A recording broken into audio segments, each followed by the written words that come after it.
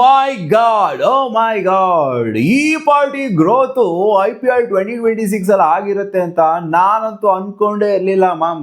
ಆ ರೇಂಜಿಗೆ ಗ್ರೋತ್ ಆಗಿದೆ IPL 2026 ಅಲ್ಲಿ. ಇವಾಗ ಬರ್ತಾ ಇರೋಂಥ ಅಪ್ಡೇಟು IPL ನ ಬ್ರ್ಯಾಂಡ್ ವ್ಯಾಲ್ಯೂಯೇಷನ್ ಜೊತೆಗೆ IPL ನ ಬಿಸ್ನೆಸ್ ವ್ಯಾಲ್ಯೂಯೇಷನ್ ಜೊತೆಗೆ ಪ್ರತಿಯೊಂದು ಟೀಮ್ ನ ಬ್ರ್ಯಾಂಡ್ ವ್ಯಾಲ್ಯೂ ಈಚೆಗಡೆ ಬಂದಿದೆ ಮಗ.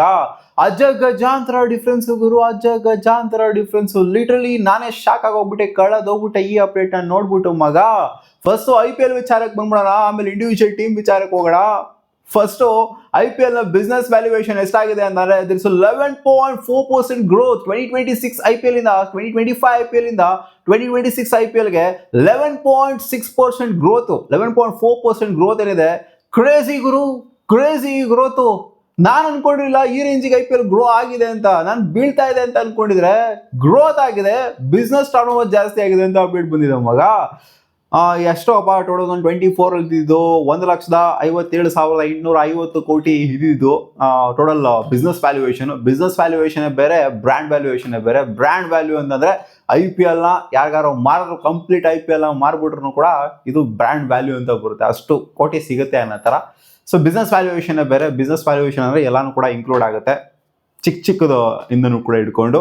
2025 IPL ಅಲ್ಲಿ 1,78,60 ಕೋಟಿ ಇದ್ದಂಥ IPL ಇವಾಗ ಆಲ್ಮೋಸ್ಟ್ ಕ್ಲೋಸ್ ಟು 2 ಲಕ್ಷ ಕೋಟಿವರೆಗೂ ಕೂಡ ಬಂದು ನಿಂತ್ಕೊಂಡಿದೆ. 11.4% ಗ್ರೋತ್ ಅಂದರೆ crazy growth. And 10.3% growth brand value ಆಗಿದೆ. IPL ನ ಬ್ರ್ಯಾಂಡ್ ವ್ಯಾಲ್ಯೂನೇ ಇನ್ಕ್ರೀಸ್ ಆಗಿದೆ.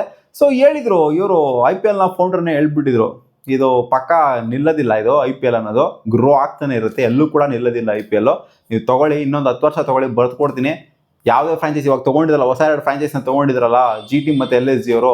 ಸೊ ಅವರು ಕೂಡ ಅಷ್ಟೇ ಸಿಕ್ಕಾಪಟ್ಟೆ ಅರ್ನ್ ಮಾಡ್ತಾರೆ.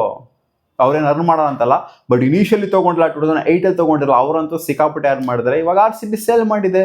ಏನಕ್ಕೆ ಸೇಲ್ ಮಾಡಿದೆ ಅಂದರೆ ಒಂಥರ ಒಳ್ಳೆ ಟೈಮಲ್ಲೇ ಸೇಲ್ ಮಾಡಿದೆ ನಮ್ಮ RCB. ಯಾಕಂದರೆ ಪೀಕ್ ಸ್ಟೇಜು 2,000 ಟ್ರೋಫಿಗೆ ಇದ್ದಾರೆ. ಸೊ ಅದಕ್ಕೋಸ್ಕರ ಸೇಲ್ ಮಾಡಿರೋದು. ಆ್ಯಂಡ್ ಬ್ರ್ಯಾಂಡ್ ವ್ಯಾಲ್ಯೂಷನ್ ಇವಾಗ ಈಚೆಗಡೆ ಬಂದಿದೆ. RCB ಕೂಡ ಬರ್ತೀನಿ ಆ ವಿಚಾರಕ್ಕೆ. ಇವಾಗ 10.3% ಕ್ರೇಜಿ ಗ್ರೋತು, 41,388 ಕೋಟಿ. 41,388 ಕೋಟಿ ಮಾಮ್. ಲಾಸ್ಟ್ ಸೀಸನ್ ಇದ್ದಿದ್ದು 37,538 ಕೋಟಿ IPL ವ್ಯಾಲ್ಯೂ. ವರ್ಷದಿಂದ ವರ್ಷಕ್ಕೆ ನೋಡಿ ಗ್ರೋ ಆಗ್ತಾನೆ ಬಂದಿದೆ. 2024 IPL ಅಲ್ಲಿ 32 ಕ್ರೋರ್ಸ್ ಇತ್ತು, 32,725 ಕ್ರೋರ್ಸ್ ಇತ್ತು. ಸೊ 37,538 ಕ್ರೋರ್ಸ್ ಆಯಿತು 2025ಗೆ. 2026 ಇಲ್ಲಿ 40,000 ದಾಟಿತು, 41,388 ಇದೆ. ಸೊ ಖಂಡಿತ 2027 IPLಗೆ 45,000 ಕ್ರೋರ್ಸ್ನ ನಾವು ಎಕ್ಸ್ಪೆಕ್ಟ್ ಮಾಡ್ಬೋದು, ಕಂಪ್ಲೀಟ್ IPL ನ ಬ್ರ್ಯಾಂಡ್ ವ್ಯಾಲ್ಯೂಷನ್. ಒಂಥರ ನೋಡಿ ರಿಟರ್ನ್ಸ್ ಯಾವ ಥರ ಕೊಡ್ತಾ ಇದೆ ಅಂತಂದರೆ IPL 10% ರಿಟರ್ನ್, 10% 11% ರಿಟರ್ನ್ ಆಗಿ ಕೊಡ್ತಾ ಇದೆ ಪ್ರತಿಯೊಂದು ವರ್ಷಕ್ಕೂ ಕೂಡ. ಪ್ರತಿಯೊಂದು ಟೀಮ್ದು ಬ್ರ್ಯಾಂಡ್ ವ್ಯಾಲ್ಯೂಯೇಷನ್ ಈ ಸೀಸನ್ ಆದ ನಂತರ ಈ ತರ ಕಾಣಿಸ್ತಾ ಇದೆ ಮಗ. ಕ್ರೇಜಿ ಗ್ರೋತು ನಮ್ಮ RCBಗೆ ಸಿಕ್ಕೋದು. 2 ಸಲ ಟ್ರೋಫಿನ ಗೆದ್ಬಿಟ್ಟು ಅನ್ಬಿಲೀವೇಬಲ್ ಮಟ್ಟಕ್ಕೆ ಹೋಗ್ಬಿಟ್ಟು ಕೂತ್ಕೊಂಡಿದ್ದಾರೆ. ಹತ್ರನೂ ಕೂಡ ಇಲ್ಲ ಗುರು ಯಾರನ್ನು. RCBಗೆ ಹತ್ರನೂ ಕೂಡ ಇಲ್ಲ. ಅಲ್ಲಿ ಬೇರೆ ಟೀಮ್ಗಳೆಲ್ಲ ಒಂದು ಹತ್ರ ಇದ್ದಾರೆ, ಪಕ್ಕದಲ್ಲೇ ಇದ್ದಾರೆ, ಬಟ್ RCB ಹತ್ರನೇ ಇಲ್ಲ. $312 ಮಿಲಿಯನ್ RCB ಬ್ರ್ಯಾಂಡ್ ವ್ಯಾಲ್ಯೂಯೇಷನ್ ಬಂದು ಮಗ. Crazy growth. Last season back to back trophy ಗೆದ್ದಿ ಈ ಥರ ಮಾಡ್ಕೊಂಡ್ಬಿಟ್ಟಿದ್ದಾರೆ ನಮ್ಮ RCB. ಹೌದು, ಟ್ರೋಫಿ ಗೆದ್ದಿಲ್ಲ ಅಂದ್ರೂ ಕೂಡ ಒಂದು ರೇಂಜಲ್ಲೇ ಇರೋದು ನಮ್ಮದು. ಟಾಪ್ 3 ಅಂತೂ ಖಂಡಿತ ಇದ್ದೇ ಇರೋದು ಬ್ರ್ಯಾಂಡ್ ವ್ಯಾಲ್ಯೂಯೇಷನ್ ಅಂತ ಬಂದಾಗ. ಬಟ್ ಬ್ಯಾಕ್ ಟು ಬ್ಯಾಕ್ ಟ್ರೋಫಿನ ಗೆದ್ದಿರೋದ್ರಿಂದ ಖಂಡಿತ ಇದು ಎಲ್ಗೋ ಹೊರಟೋಗ್ಬಿಟ್ಟಿದೆ. Mumbai Indians next $264 million. ಅದಾದ ನಂತರ $64 ಮಿಲಿಯನ್ ಆದ ನಂತರ KKR ಅವ್ರು ಬರ್ತಾರೆ. KKR ಗ್ರೋತ್ ಆಗೋಗ್ಬಿಟ್ಟೈತಲ್ಲ ಗುರು CSKಗೆ ಕಂಪೇರ್ ಮಾಡ್ತು ಅಂತಂದರೆ. ಸೊ ಹೌದು, CSK ಅಂತ ಬಂದಾಗ ಸ್ವಲ್ಪ MS ಧೋನಿ ಆಡದೇ ಇರೋವಂಥದ್ದು ಅದು ಇದು ಎಲ್ಲ ನೋಡ್ತು ಅಂದರೆ ಬ್ರ್ಯಾಂಡ್ ವ್ಯಾಲ್ಯೂಯೇಷನ್ ಸ್ವಲ್ಪ ಯಾಕೋ ಕಮ್ಮಿ ಆದಂಗೆ ಕಾಣಿಸ್ತದೆ, ಸ್ವಲ್ಪ ಡೌನ್ ಆದಂಗೆ ಕಾಣಿಸ್ತದೆ. CSKಗೆ ಮುಂಚೆ ಇದ್ದಂಥ ಕ್ರೇಜು ಈ ಸೀಸನ್ 2026 ಸೈಕಲಲ್ಲಿ ಸಿಗಲಿಲ್ಲ.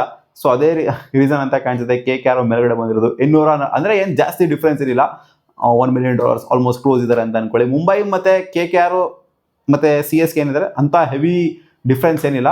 ಬಟ್ KKR ಮತ್ತು CSK ಅಂತ ಹೆವಿ ಡಿಫ್ರೆನ್ಸ್ ಏನಿಲ್ಲ, ಒಂದೇ $1 ಮಿಲಿಯನ್ ಡಿಫ್ರೆನ್ಸ್ ಅಷ್ಟೇ ಇರೋದು. ಆ್ಯಂಡ್ SRHO, ಸೊ ಇಲ್ಲಿ ಒಂದು ಬಿಗ್ ಡಿಫ್ರೆನ್ಸ್ ಬರುತ್ತೆ. ಫಸ್ಟ್ 4 ಟೀಮ್ ಒಂಥರ ಆಯಿತು ಅಂತಂದರೆ ಇಲ್ಲಿ $168 ಮಿಲಿಯನ್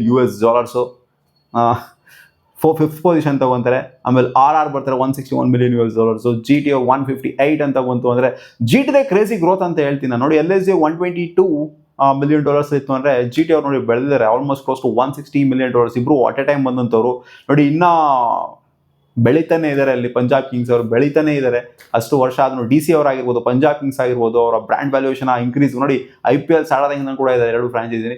ಆದ್ರೂ ಕೂಡ ನೋಡಿ GT ಗಿಂತ ಮೇಲ್ಗಡೆ ಬರೋದಕ್ಕಾಗ್ತಿಲ್ಲ. LSG ಬಿಡಿ ಬಾಟಮ್ ಅಲ್ಲಿ ಅರ್ಥ ಇದೆ, ಬಟ್ GT ಕ್ರಾಸ್ ಮಾಡ್ಕೊಂಡು ಹೋಗಿದೆ. ಪಂಜಾಬ್ ಕಿಂಗ್ಸ್ನ ಮತ್ತೆ DC ನಾವು ಕ್ರಾಸ್ ಮಾಡ್ಕೊಂಡು ಹೋಗಿದೆ ಅಂತಂದ್ರೆ ಅಷ್ಟು ಫಾಸ್ಟ್ ಆಗಿ ಗ್ರೋ ಆಗ್ತಿದೆ ಅಂತಂದ್ರೆ GT ಅಂತೂ ಮೆಚ್ಕೊಂಡ್ಲೇಬೇಕು. ಯಾಕಂದ್ರೆ ಅಷ್ಟು ವರ್ಷಾನುಗಟ್ಲೆಯಿಂದ ಇದ್ದಾರೆ.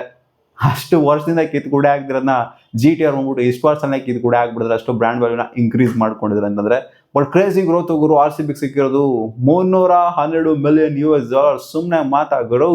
ನೋಡಿ ಡಿಫ್ರೆನ್ಸ್ ಇರೋದು RCBಗೂ ಮುಂಬೈ ಇಂಡಿಯನ್ಸ್ಗೂ ಅರೌಂಡ್ ಎಷ್ಟು $40 to $50 ಮಿಲಿಯನ್ ಡಿಫ್ರೆನ್ಸ್ ಇದೆ RCBಗೂ ಮುಂಬೈಗೂ. ಅದಾದ ನಂತರ ನೋಡಿ ಇನ್ನ CSK ಆದ ನಂತರ ಸಿಕ್ಕಾಪಟ್ಟೆ ಒಂದು ಬಿಗ್ ಕೊಲಾಪ್ಷನ್ ಇದೆ ಅಂದ್ರೆ ಡಿಫ್ರೆನ್ಸ್ ಅಂತ ಬಂದಾಗ. ನೀವೇನಾದ್ರು ಅನ್ಕೊಂಡಿದ್ರೆ RCB ಈ ರೇಂಜ್ಗೆ ಡಿಫ್ರೆನ್ಸ್ ಇರುತ್ತೆ ಮುಂಬೈ ಇಂಡಿಯನ್ಸ್ಗೆ ಜೊತೆಗೆ CSK ಕಂಪೇರ್ ಮಾಡ್ತು ಅಂದ್ರೆ, KKR ಕಂಪೇರ್ ಮಾಡ್ತಾರೆ, RCB ಈ ರೇಂಜಿಗೆ ಯೂಸ್ ಮಾರ್ಜಿನ್ ಡಿಫ್ರೆನ್ಸ್ ಇರುತ್ತೆ ಬ್ರಾಂಡ್ ವ್ಯಾಲ್ಯೂಯೇಷನ್ ಅಂತ ನೀವು ಅನ್ಕೊಂಡಿದ್ರಾ?